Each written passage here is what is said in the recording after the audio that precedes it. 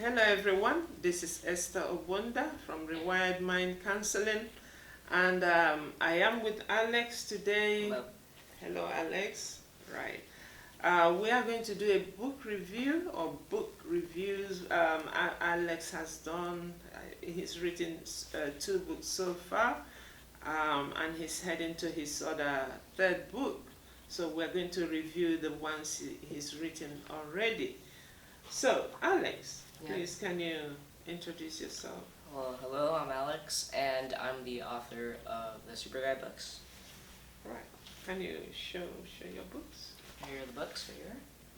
Right. And the back? Let's see the back. Let's show them the back. Yes. Good.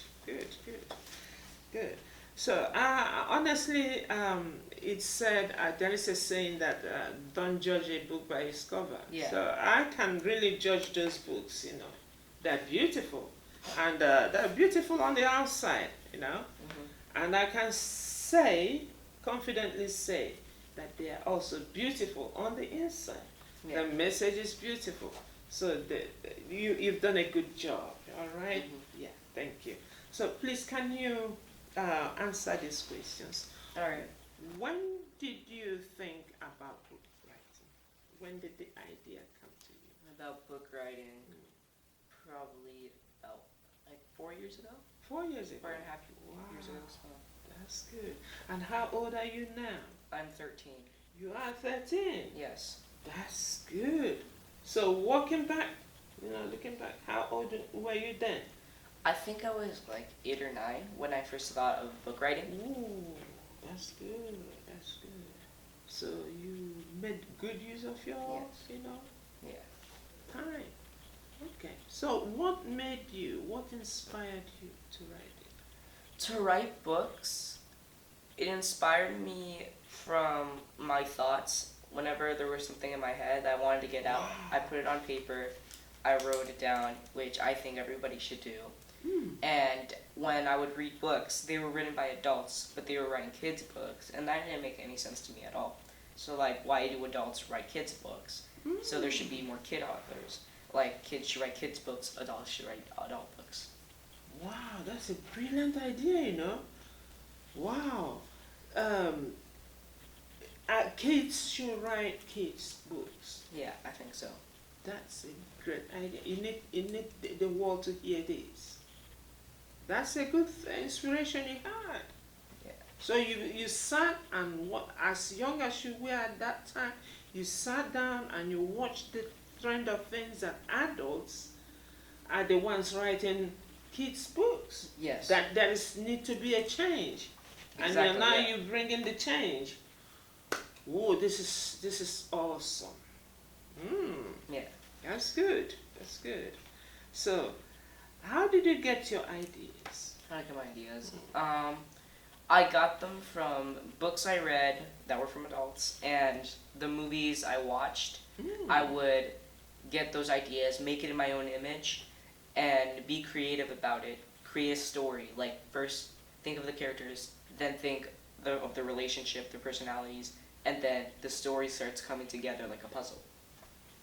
Characters, personalities, a lot is coming out from this, Ooh, that's good. I like that. So, how did now summarizing this book or these books? It's a volume 1 and volume 2. Is that correct? Yes. So, what is the story about, and who are the main characters, Okay. and what is the main conflict? So, the first book is about a high school kid, 16. His name is John, and he was kind of weird from the crowd, but one day he was in his apartment and he got superpowers from an evil doctor who's his dad, and he doesn't know it's his dad. So then he wants to stop him, and he thinks the guy is evil, and the guy robs a bank, commits crimes. So he wants to make a change in the world to be a good person, as this takes place in the future, where there's barely any good people left. The evil doctor built a robot, and he built a bigger robot, help from his brother, and he's ready to take over the city.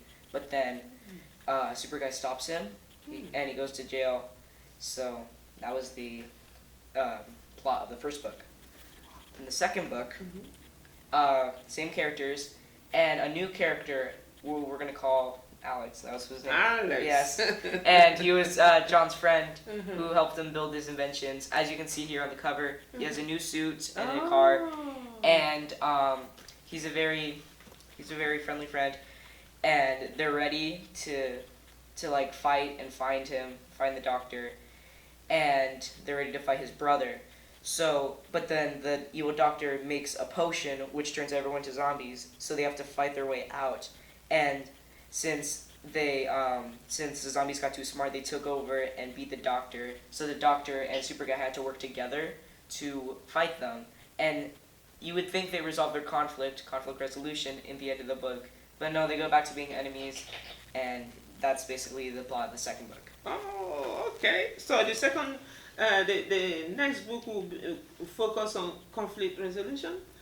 Not yet. Let me not sell. Not yet. Okay. It'll take a little while. Okay. Okay. That's good. I like the way you're thinking, putting your ideas together, Yeah, so which means you have good quality time when you sit down and begin to think, put your ideas together, put them down on paper. Now you're talking about getting inspiration, writing down those, the things that come to your mind, write them down, and then create something from there. That is very good. It takes discipline. And you tell us how you were able to, discipline yourself, and organize yourself to be able to come up with 2 books. Yes. Okay.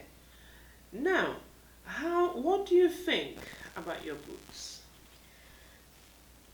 Looking back at it, I've gotten older. I think I was like 9 or 10 when I wrote the books, and I've gotten older. My mind has changed. I know more things. These books, I feel like they're more for younger children now. I love these books. These are the first actual books I published and wrote, and it's going to be sticking to me for the rest of my life, looking back at these memories. But I like the books. So That's good. That's good. And I love what you said that now, you're looking at things differently because you're maturing in your mind, in your thinking. That's a process of growth. exactly. You are doing well. And at each stage you come to, you are really focusing and thinking and coming up with ideas. Yeah, that's exactly what I do. That's what growth is. Quality of growth. Yeah, growth happens to everyone. Wow. But some people misuse it. So everybody is given opportunity to grow. And you are using yours wisely. Thank you. That's good. That's interesting. So, and what what parts of the book worked well, and which ones do you think didn't work well? I think the characters worked well, the relationship all of them had, the different personalities. As far as which ones didn't work well, I want to say the plot of the first book, I think I could have made it longer, more interesting. And looking back at it, I could have done this instead of that. That's what I always think. Oh, that's good. That's good. So, what stands out to you about these books? What the message is in the beginning of the book about creativity, how kids should be creative and don't let anybody put them down, and just think for yourself and write your thoughts or read. That's why I made these books. That's Another good. reason. Write your thoughts. Yes. Read your thoughts. That's you've already put down on paper. Yes. Oh, I like the way you're thinking. Thank you. Write your thoughts. Okay. Would you recommend this book to anyone? I wouldn't recommend it to people my age, as these books are more for like 9-year-olds, from I would say 5 to 10. And I would recommend these books to those younger kids and their parents, explaining what the message is and what it's about.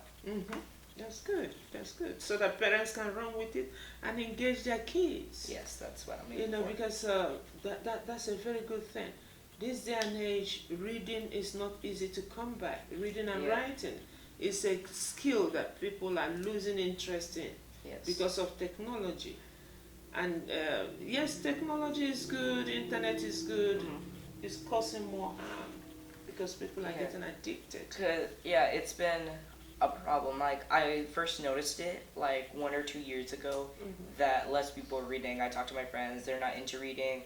They don't, some of them don't like to write. I think I have like 2 friends who are very creative, and the other ones just want to get school over with. And technology isn't a bad thing. It helps us. It's not a bad thing. Yeah, it's not a bad thing, yeah. but with technology, with computers and TVs and all that, it's reading and writing is becoming a thing of the past. Yeah, that's what I'm thinking. That's what the way I'm seeing it. You know, when in those days, you know, working with kids in the elementary school, we laid emphasis on handwriting skills. Yeah. You know, teach them handwriting. But I don't know whether it's still there. I need to find out whether handwriting. Ask your younger ones, siblings, whether they still your sister is in the elementary school. She's 5, yes. 5. Okay. Find out from her whether they're still doing handwriting. I don't know what they're doing. I kind of know what they're doing. In my elementary school, I remember in kindergarten, we had like a writing class. They would teach us how to write in cursive.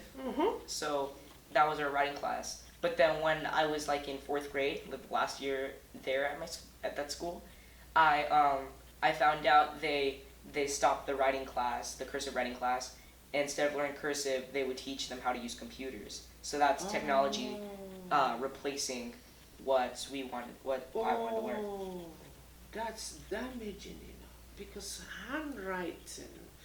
writing is a skill. Yes. It should not be phased out, no matter what. What do you think? I think handwriting is always a good thing to learn. It's going to help you later on. Yes. It's not all about typing on the computer. No. You should, like, paper was the old way, and it still is a way to write. Yes, yeah. We should have both, but, you know, lay emphasis on having that kids learning how to writing Yes. skills, cursive writing. You know, it's beautiful to see your handwriting, you know, in cursive, in a creative way. That's beautiful, rather than facing them out. So now, like reading and writing, it does a lot of it has a lot of benefit for the mind, for the brain. And if they phase it out, it's not going to be good. It's not going to be good. It's not going to be good. Yeah. I agree. So, when is your next book coming out? In a month or 2. Everything's done. Story, the illustrations, the cover. Wow, that's good. Who does your illustration? Do you do it yourself? I don't do it. The illustrations, I've talked to some people about their opinions. I can take criticism, see what I can do better.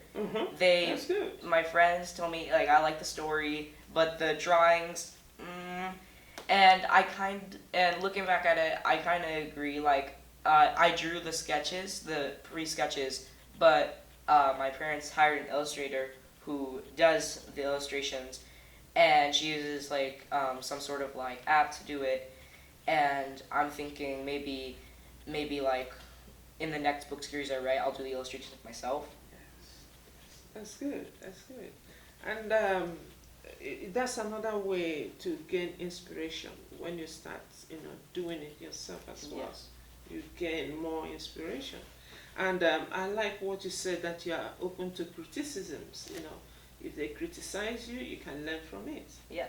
That's the essence. And if it's damaging criticism, you know, you just go your way. Keep going. A message with criticism is when you want to be out there and you want to create something for people to see, you have to be ready for criticism. Not everyone's going to like it. No. Yeah, so you have to see like you have to pay attention to the people who do like it, but also pay attention to the people who don't like it. Yes. To make it apply to everyone. That's right. That's right. That's right. Well done. I like the way so you have good coping skills. That's what that tells me. Yeah. You know, to be tough when people are criticizing you, but to learn from it. Yeah, learn from And it. not to shrink and then do nothing. So, I'm looking at your book. You've done really well. I can bring out a good number of things, which is analyzing skills, you Yeah. have it. Organizing skills, organizational skills, you have it. You can evaluate what you've done and see how you're moving forward.